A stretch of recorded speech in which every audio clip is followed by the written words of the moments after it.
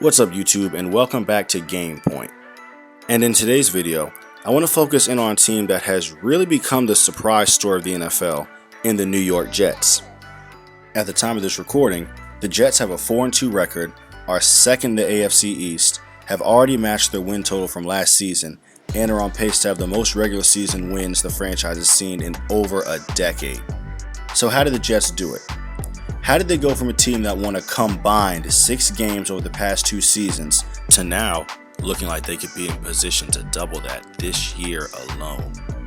Through the course of this video, I will answer that question by detailing what the Jets are doing that has led them to the success they are experiencing so far this season and how it will serve them for the remainder of the year.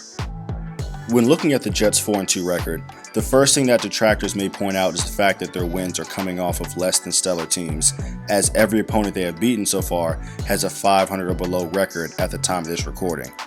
Although 3 of those teams did have winning records when they played the Jets, and after they lost, that record shot down to 500 or below. But nonetheless, it is a valid criticism that the New York Jets have yet to slay any Giants. No pun intended, they don't play the Giants this year, and have had a relatively light opening schedule to start the season. But in this case, it's not so much about New York winning in spite of mediocre opponents, but rather how they are winning and what they do well in order to secure those victories.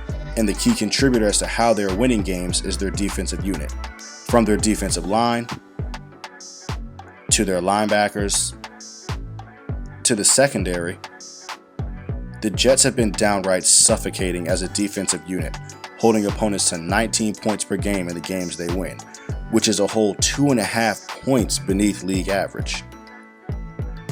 Currently, the Jets rank second in the league in both quarterback knockdowns and quarterback knockdown percentage.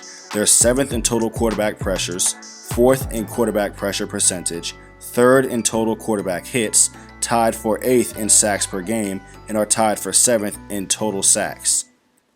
That pressure the line generates on opposing quarterbacks forces them into throwing errant passes that lead to misfires or easy interceptions, which is exactly what the Jets secondary capitalizes on.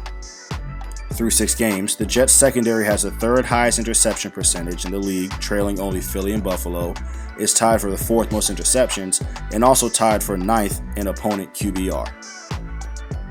Led by players like LaMarcus Joyner, Jordan Whitehead, and rookie sensation Sauce Gardner, the Jets secondary has become a no-fly zone for any airborne passes that enter their restricted airspace. But as good as their defense is, it's not the only reason that the Jets continue to win games. Their offense, put together by coach Mike LaFleur, who was the passing coordinator for the 49ers between 2017 through 2020, is an offense that is run-heavy and doesn't ask the quarterback to do too much.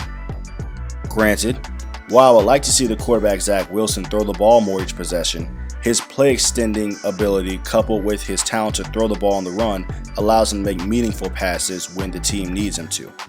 And those passes go to the talented receiving core of Garrett Wilson, Corey Davis, and Elijah Moore.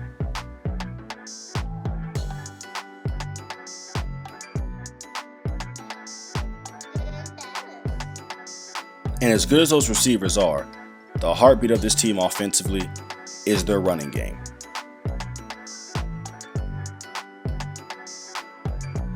Led by rookie phenom Breece Hall, or as I like to call him, Breece Holmes, and featuring Michael Carter, this running back tandem has led the Jets to having the 7th most rushing touchdowns of any team in the entire league.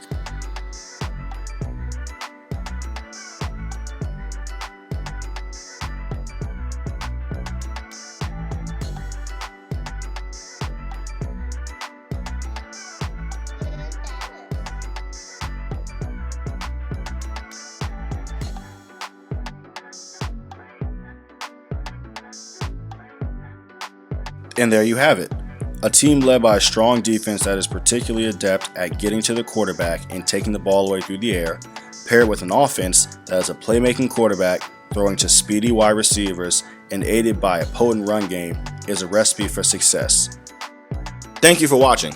If you liked the video, which I mean obviously you did, you watched it all the way through, go and hit that like button, subscribe, please be sure to comment down below what your thoughts are, and also be sure to share the video as well. Until next time, take care, stay blessed.